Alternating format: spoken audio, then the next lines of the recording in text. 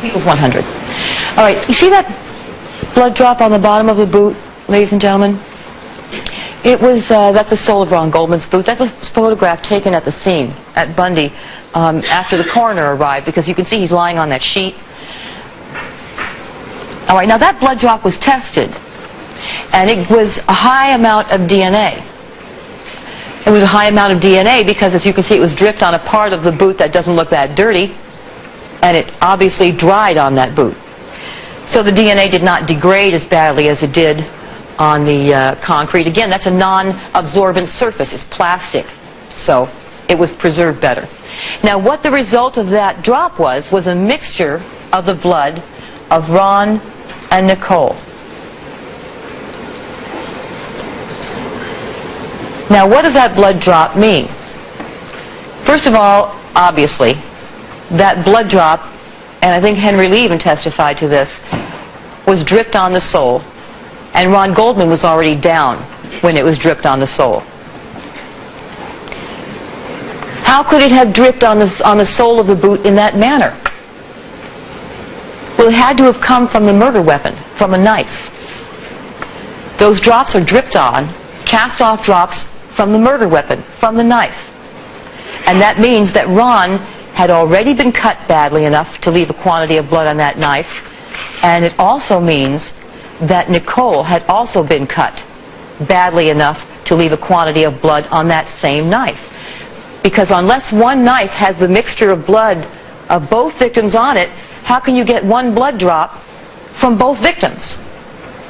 See what I mean?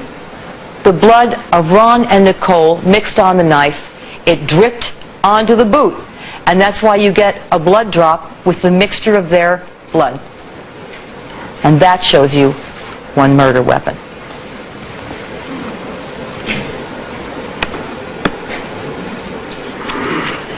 Now, in addition to all of that, add the fact that you have virtually no evidence of the presence of a second killer.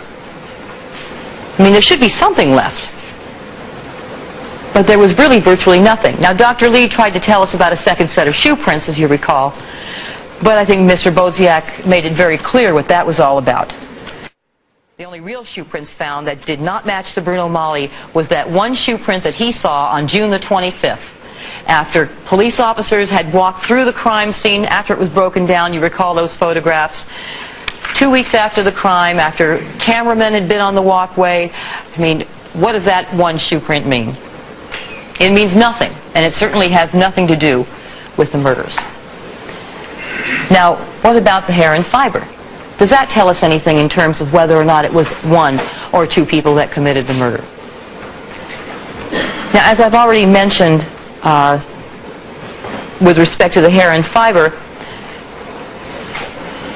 Mr. Diedrich testified to hairs, fragments of treated hairs that were not consistent with the defendants inside the knit cap or on the knit cap. He also testified, though, that he did not know how long those hairs had been on the knit cap, and they could be there for a very long time. But other than that, there was really no hair and fiber evidence that could be directly connected to the murders that was associated with anyone but the defendant. And by that, I mean hair or fiber on the victims or on the objects found at the crime scene that were directly and obviously involved in the murders, such as the glove, the knit cap. Dr. Lee testified to stray fibers and hairs that were in the dirt or that were on the envelope that was lying in the dirt. But stuff lying around in dirt could have been there for weeks, could have been there for months. And as I told you before, if we had found hair consistent with the defendants in the dirt there, I wouldn't be standing here and talking to you about that stuff, because so what? Show me something that is directly connected to the murders. And there was nothing. Nothing. And you know that if there was somebody else there, they had to leave something of themselves there. This was a struggle. Things happened there. Fur was flying there, as you can see. Now, while I'm talking about hair and fiber, there's one more piece of evidence that tells you that the defendant acted alone. And that is this. You recall that Mr. Diedrich testified that he found Nicole, well, Mr. Diedrich said he found hairs consistent with Nicole Brown's on the shirt of Ron Goldman, and we know from all of the evidence that's Nicole's hair on his shirt. Think about how that happens. If the killer kills Nicole or attacks Nicole in the initial attack, and I'll get back to that later, and he touches her hair, touches her head, he gets her hairs on him, goes over to attack Ron, those hairs will be transferred. And Mr. Diedrich talked to you about how transfers occur. Logically, her hairs would get on Ron's shirt if the person who attacked Nicole then went over to Ron. There would be no reason for the transfer to Ron's shirt of Nicole's hair if two people were involved in these murders. Logically speaking, two people are involved, one takes on Ron, one takes on Nicole, but you don't have one person attacking Nicole and moving over to attack Ron if two people are there. No one wants to take their time committing murder. As a matter of common sense, you're going to get in and you're going to get out. And if you've got two people available to do it, one's going to take one and one's going to take the other. And you're not going to have that kind of movement of hair from Nicole to Ron. So it's very clear. The crime scene really makes it very clear that there's evidence of only one killer, and all of that evidence establishes that that is the defendant. Next question, how long could it have taken? On this subject, there really is some agreement. There is agreement that all of these wounds could have been inflicted very, very quickly. Even Dr. Botten didn't disagree with that. Dr. Lakshmanan said it could have been just a few minutes. Now, when you realize, you look at this crime scene, look at what you have, look at where you have it. It is apparent from the evidence at the crime scene that Ronald Goldman was taken by surprise.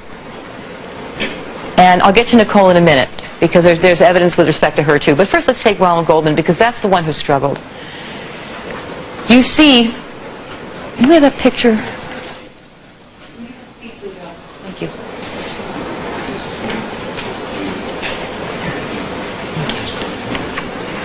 Okay, this is 43E you're on. All right, you see the envelope, and it's just inside the gate. Now you remember, because you were there, how small that area is, in that caged area at Bundy. It's very, very, very tight. And that envelope is virtually with one step in the gate. It's dropped. And we have blood drippings on the envelope that indicate that it was dropped and then Ron bled, dripping onto that envelope. That indicates surprise.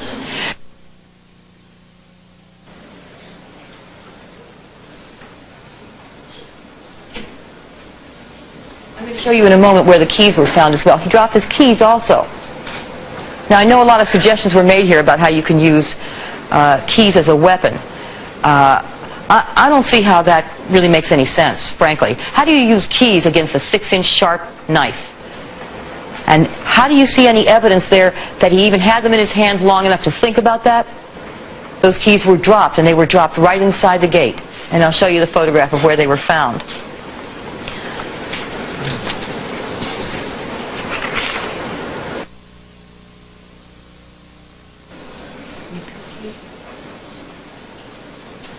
Cut the feet anyway. Okay. People's 56C.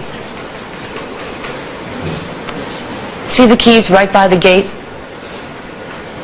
Now those are a little bit, if this is the gate, right here, if you step inside, it's a little bit down to my right as I'm gesturing. But again, they're right inside the gate. They're right inside. Dropped. Ron is taken by surprise. Now Dr. Lee tried to say that the struggle with Ron was not a short struggle. What does that mean? What does that mean? More than a minute? More than 5? The fact that Ron struggled is clear. But what is also obvious is that someone who gets stabbed and is flailing about can get blood all over the place as he's struggling to back away from his attacker. And that happens very quickly. I mean, you can imagine in your mind's eye somebody just flailing about, trying to get away from their attacker. A big person with a knife in a very, very dark area, very confined space. He hasn't very far to go, ladies and gentlemen. He's got only a few feet to move. And he's backed into a corner like that. Where's he going to go? He flails backwards, trying to avoid his attacker. A number of the contacts that you see, the bloody contacts on the fence, are made at once as he's flailing. And that's what you see on that fence. You see a young man bleeding, backing and falling, vainly trying to get away from the defendant, who has him cornered in a cage and is coming at him with a very long knife. Now I'm going to talk in a little more detail about how one person could do it. How? Dr. Lakshmana spoke of the fact that Nicole suffered only two defensive wounds. One to the back of her left hand, and I think it was one to the right of her palm. She struggled very little. As Dr. Lakshmanan told you, she was rapidly, that's what he said, rapidly incapacitated. She was disabled very quickly. There were stab wounds to the back of her head that indicated movement, perhaps as she tried to run, stabbing her in the back of the head. An abrasion to the right eyebrow indicates that she was pushed or fell into a hard surface, such as the wall or the stairs. She was stabbed in the left side of the neck 4 times. There was some movement shown on her part with respect to at least one of those stab wounds in the left side of her neck, which indicates there was still some effort at resistance. And now, most importantly, Dr. Lakshmanan found evidence of a scalp and brain contusion caused by a blow to the head done by either a fist or the base of a knife. A contusion that was likely to cause unconsciousness, which in fact we know it did, because when the defendant cut Nicole's throat for the last time, there was no indication of any movement on her part. It was a clean cut. That final coup de grace had smooth margins that indicated no resistance on her part. And there's a little bit more evidence of that I'll talk about later. But what's very important about these early wounds to the head and neck is that Dr. Lakshmanan told you there was evidence of bleeding in that brain contusion that showed that she lived after the infliction of those wounds for at least a minute and maybe more. Likely in an unconscious state, certainly disabled. At least a minute, maybe more, before the final throat cut was delivered. Please cut the feed, runner.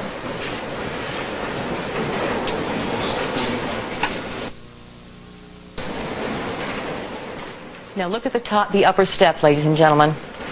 You can see that she bled out on that step above her for a while before she came to the final spot at the foot of the stairs.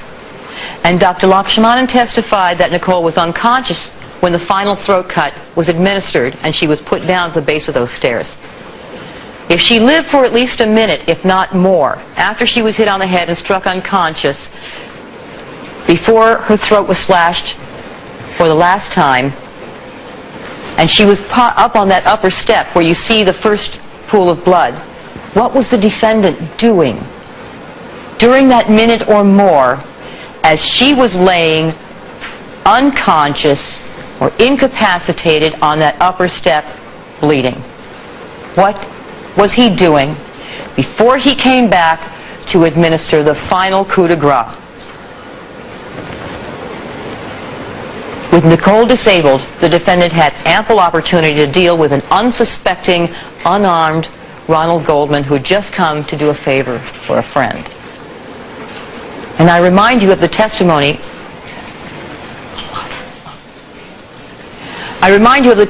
of Dr. Lakshmanan, in which he described the very narrow and confined space, the cage in which the defendant cornered him. A cage that left Ron nowhere to run and nowhere to hide, literally. The defendant had all the advantage, no matter what Dr. Huizinga says. He talked about Tarzan's grandfather. He's built like Tarzan. He is built powerfully. And even Dr. Huizinga admitted that whatever the defendant's disabilities may be, they did not prevent him from performing the actions necessary to commit these murders. And the defendant had the advantage. He had the advantage of size. Ron Goldman was only 5'9", I think 175 pounds. Nicole Brown, 5'5", 125 pounds. The defendant, 6'2", 210 pounds. He also had the advantage of the knife. He was the only one armed in this combat. He was the only one. And he had the advantage of surprise. He knew what he was going to do, but they didn't. And don't forget, too, the adrenaline factor. That's real important. That's important. And Dr. Heisinger talked about that, because adrenaline pumps you up. And even Dr. Heisinger talked about how football players get pumped up. And you know they have to. They've got to go running through these huge men. I've never seen men that size on the football field. You've got to be able to knock them down, run through them, and you've got to get pumped. You've got to have a killer instinct to do that. And that's what the defendant did. And that's what he did that night. And the defense can talk all they want about this new rare form of arthritis the defendant supposedly has that allows him to swing a golf club, lift a heavy set of golf clubs in that heavy golf bag. You'll have it back there in the jury room. You'll see what I mean. Lifted it not once but a few times that night, and carry heavy suitcases. That curious form of arthritis that somehow prevents him only from doing the movements required to stab and murder these people.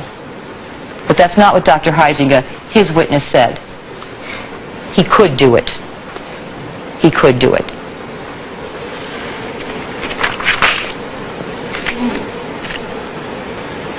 Now let's talk about the attack of Ron. Ron was attacked with the defendant behind him. That much is clear. The wounds inflicted to the neck, those control wounds, and I'll talk a little bit more about that, and some of the other stab wounds. And Ron struggles. Unlike Nicole, he's not so easily put down. He struggles, and he grabs. The defendant, who's holding him from around the neck with his left hand, and holding the knife in his right. Ron is struggling, and he's grabbing at anything he can, and he's grabbing at the hand that's holding him, and that's how the glove comes off. And by the way, that's why the right glove doesn't come off, because the right glove, the right hand, is holding the knife, holding the glove in place. But from that point forward, after the defendant first attacked him, Ron's death was not a matter of if, it was just a matter of when. And Ron was totally on the defensive from the start, trying to ward off the knife and to back away. And in the process, hitting the fence, the trees, and everything around him in a desperate effort to survive. And all of this had to have happened very quickly. And I say this as a matter of common sense. It didn't take Ron Goldman and Nicole Brown more than a few minutes to be overcome and slashed to death. And that's not really surprising. Think about it. A boxing match, each round is what, 3 minutes? And this is with men that are both prepared, ready to do battle, in good condition, who are not taken by surprise, who are prepared to do battle. And we know knockouts occur in the very first round. They certainly happen within a minute. And that's with trained professionals. Same thing with martial arts matches. Very quick. All right, next question. Why did he leave the cap and glove? This one's probably very easy. It was late. He had to catch a flight. This took longer than expected. Ron Goldman was not expected at this scene. He was not supposed to be there. But it is only because of him, because of the struggle that he put up, that we have the cap, we have the glove, and we have all this evidence. Ron's shirt, the blood. Because of the struggle with Ron, we have all of this evidence.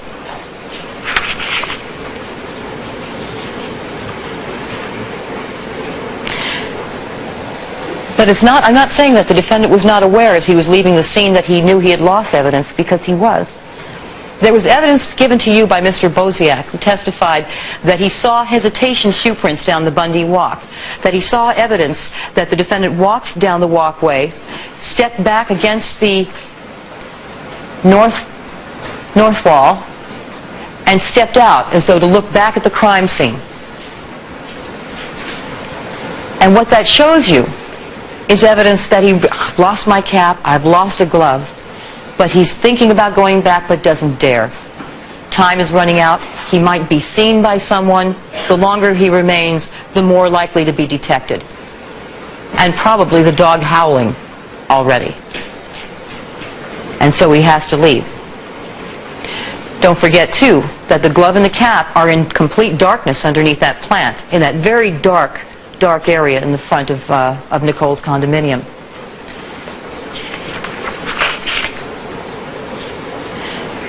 Now, I know that I have not explained every move that was made by the defendant, which blow came first, which one came last, and which one came in the middle.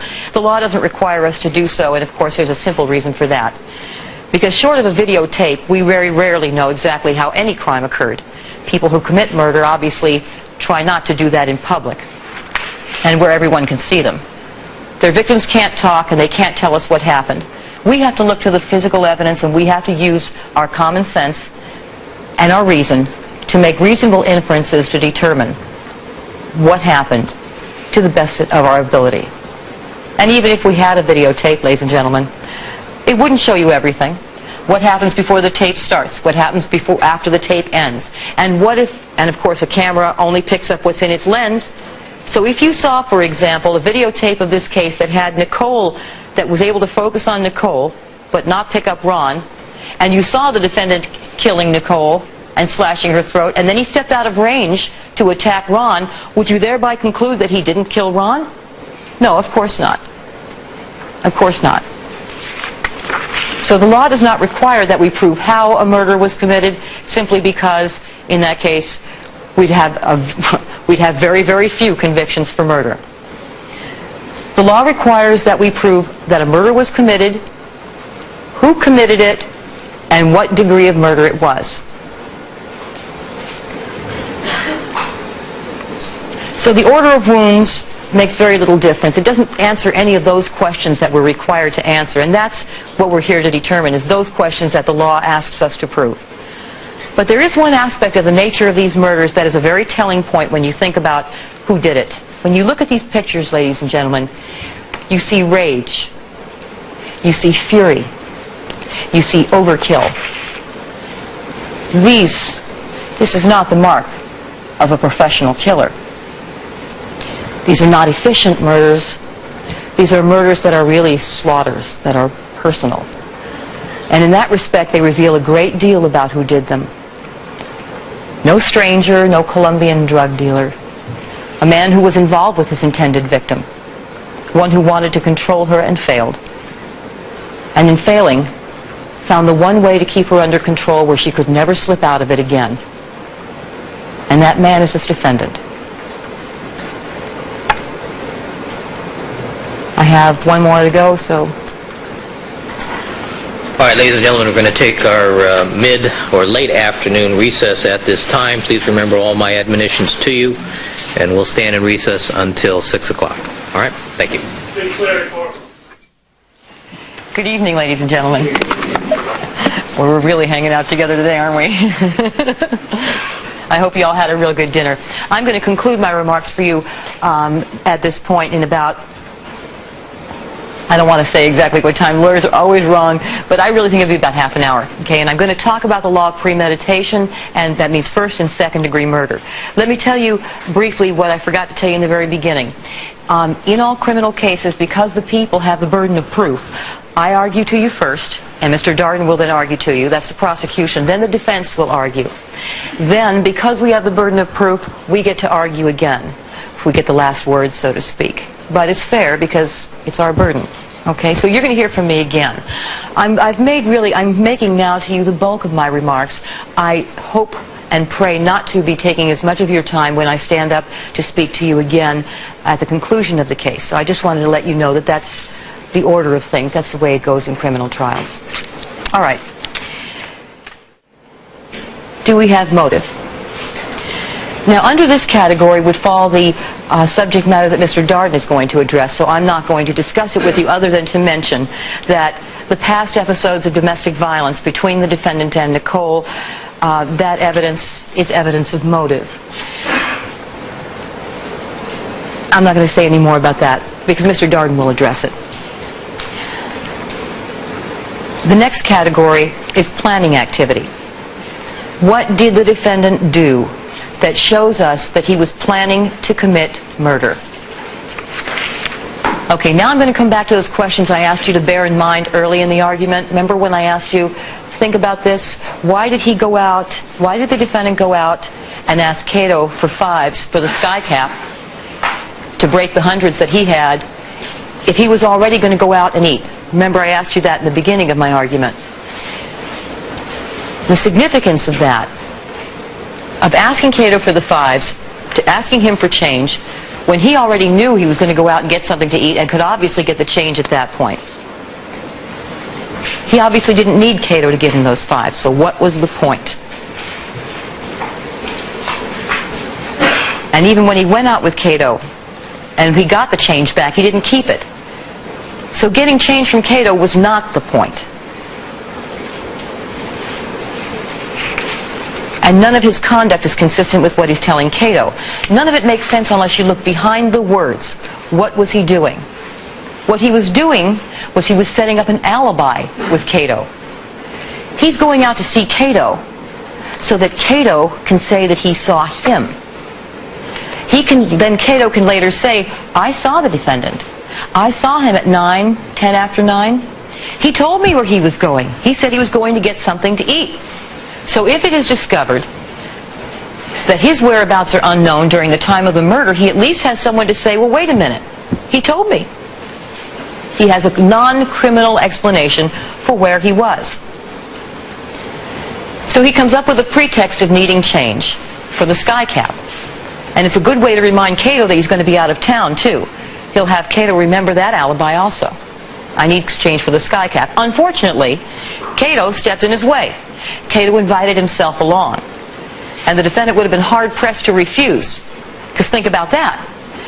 If Cato's going to be his alibi to tell anyone who later asks that I saw the defendant at thus and such a time, and then he said he was just going to go out to get something to eat, and then he says, but I tried to invite myself along, but he wouldn't let me go with him, then you have further evidence of consciousness of guilt.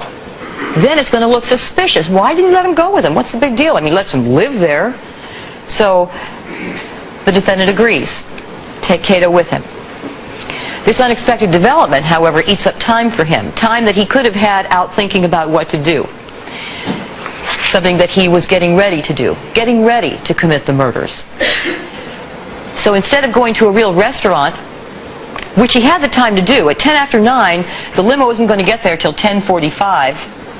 Even if you assume there's some packing to be done for a one-day trip, how long does that take? They could have gone to a restaurant. But no, they didn't. They went to McDonald's and they went to a drive-thru, the quickest way you can possibly think of to get some food. And he went there in the Bentley. Now think about that. Why take the Bentley? Why not take the Bronco if all you're going to do is go to McDonald's? Unless there's something in the Bronco you don't want Cato to see. The knit cap, the knife, the gloves.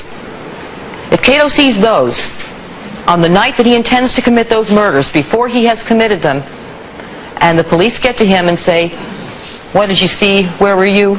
I mean, what did happen? What happened in this case? He's going to say, that knit cap. I know where I saw that. These things have to pass through his mind. Now, he's got these things in the Bronco. He doesn't want Cato sitting in that Bronco with him. So they took the Bentley. Now, once they got their food at McDonald's, the defendant eats his in the car all the way home. Why do that? You got plenty of time to take it home, eat it in your house, relax, live a little. It doesn't have to be rushed like that. But he eats it quickly. Why? Because now his time has been eaten up by Cato coming along, time he doesn't have. Cato saves his. And it was interesting because he complained about being tired. It was about, 20 after 9, 25 after 9? They were in the car on the way back, I think it was. And he complained about being tired, and Cato said, well, why don't you take a nap? He said, well, I've got no time. When I heard that, got no time? The limo, it's 9:25, the limo doesn't come till 10:45. You got time to lay down. Unless you're planning on doing something else. But what was really telling was after they got back, when they both got out of the car and Cato walked straight for the house and the defendant stood there by the Bentley not moving, watching Cato. Why do that? Why do you stand there and wait? Why not go in the house? Why not get back in your Bentley or get in the Bronco? Why do you wait for Cato to get out of sight? Unless you don't want him to see where you're going. Unless you have it in mind that you're not going to go back in the house. You don't want to take the time to do that. And you don't want him to see you going to the Bronco.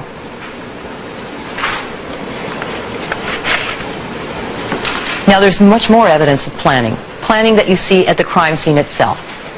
And in that I mean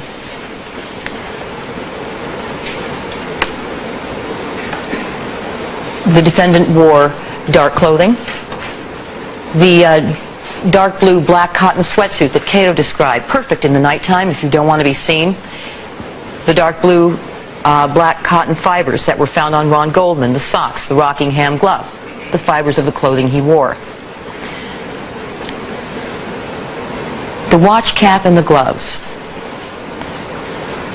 It was June the 12th, the summer night. Why do you need these cashmere-lined gloves and a watch cap on a summer night? Unless you're going to commit a crime. Unless you're planning, unless you're preparing to commit a crime. Gloves are easy. Why wear the gloves? Fingerprints. You don't want to leave fingerprints. And he didn't.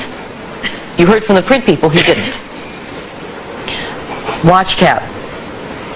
A partial disguise. If he has to walk around the house, if he's going to be standing at the front gate, he doesn't want someone glancing to make the immediate connection. He doesn't want someone to see exactly who it is right away. Now, he doesn't intend to be there but a minute. But a watch cap over that head is going to make somebody, that doesn't look like something that he would wear, and it throws someone off. Now, those items alone show clear evidence of planning activity, planning for a murder, preparation. But there's more. There's also timing. And by that, I mean, we know that the children were asleep at the time these murders were committed. We know that from the evidence. But who else would know when the children were going to be in bed? Who else would know when they would be safely out of the way? Who else would know when Nicole would be home alone with the children? Who else would know the perfect time to attack and get Nicole without the children being in the way? The defendant. And that not only shows premeditation, it also shows identity. Who did it?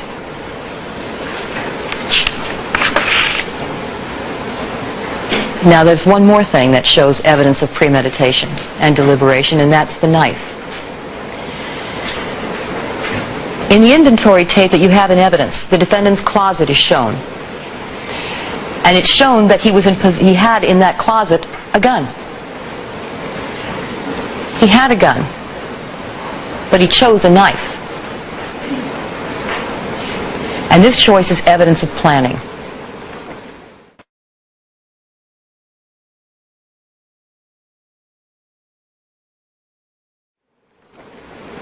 A gun makes noise. A knife doesn't. Particularly if your intended victim is half your size. A gun is registered. It can be traced. And bullets can be matched to guns. And even if you get rid of the gun, the type of bullet can be determined. It can be determined to have come from the type of gun you used to have.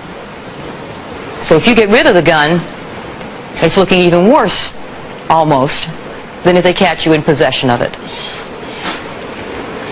Suddenly don't have the gun after your wife was shot to death, and a bullet that could have come from that gun. But not a knife. A knife can't be identified to the exclusion of all other knives in making this wound or that wound. You can't match a knife to a murder. A knife isn't registered. All of these things make a knife a better weapon of choice than a gun. But maybe more than all of that, a knife is up close and personal. And that's the kind of murders these are, ladies and gentlemen. These murders are up close and personal. If your desire is to vent your rage on someone, a gun is far too sterile. It's far too removed. But a knife, it's lethal, but it affords the opportunity for the expression of violence, power, and control at very close range. The choice of a knife is evidence of planning, and it too is also evidence that the defendant is the murderer. Now there's more evidence of premeditation and deliberation in the nature of the wounds themselves. Let's start with Nicole. As I previously discussed, Nicole was incapacitated very quickly. She had little, if anything, in the way of defensive wounds to her hands, and she had no opportunity to defend herself. Likewise, the 4 wounds in close proximity on the left side of her neck, very close to one another, they indicated very little resistance, and they suggested that she was controlled or otherwise incapable of moving away to avoid being stabbed. And the gaping neck wound, the final coup de grace that nearly decapitated her, that is classic evidence of a cold, calculated, premeditated murder. Now recall that this was a wound that was 3.5 inches deep, severed both carotid arteries and both jugular veins. This wound was so deep that the tip of the knife took a 1/4 inch gouge out of her vertebrae. As you recall, and I've discussed it before, when this wound was inflicted, Nicole was incapacitated and helpless. There was no resistance indicated in the wound. The edges of the wound were smooth. And I told you there was something else that indicated she was unconscious, and that is this. The evidence of her knuckles, unbloodied in an area where blood had already pooled around her, showed that she was incapable of raising her hand to protect herself, incapable of raising her hand to try and ward off the knife or the hand that held the knife. No, the knuckles stayed in contact with the pavement and didn't get the blood on them that they would have gotten had she been able to raise a hand to do something to protect herself. And it's further evidence of her unconsciousness at the time that that final slash was inflicted. Now you remember, as I indicated to you earlier, the testimony indicated that the bleeding into the contusion in her brain showed that she lived for a minute or more before that final throat wound was administered to her. Now that final gaping wound in her neck was inflicted upon an unconscious victim, or at the very least incapacitated, is clear evidence of a cold and calculated decision to kill. When a victim is already incapacitated and the defendant goes back to her, pulling back her head, she's lying there basically unconscious.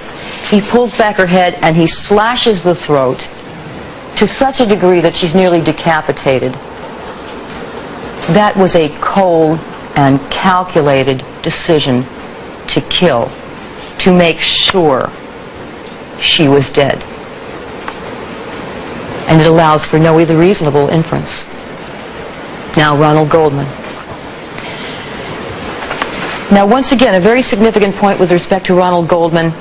As with Nicole, the neck is the target. Once again. And we know that from the neck wounds on Ron described by Dr. Lakshmanan. Why the neck? Why is the neck the target? Because it's a sure kill. It's something we've all heard about. Go for the jugular. You go for the jugular because you cut it, you slice that neck, that person's dead. That's a sure bet. That's a sure thing. And the fact that the neck is the target for both victims indicates to you also a cold and calculated decision to kill. That is the epitome of a premeditated murder. Now let me point out with respect to Ron, you have those two wounds. You recall those two lines across the neck, almost parallel to each other, with very little bleeding in them, that Dr. Lakshmanan indicated were inflicted early on in the struggle.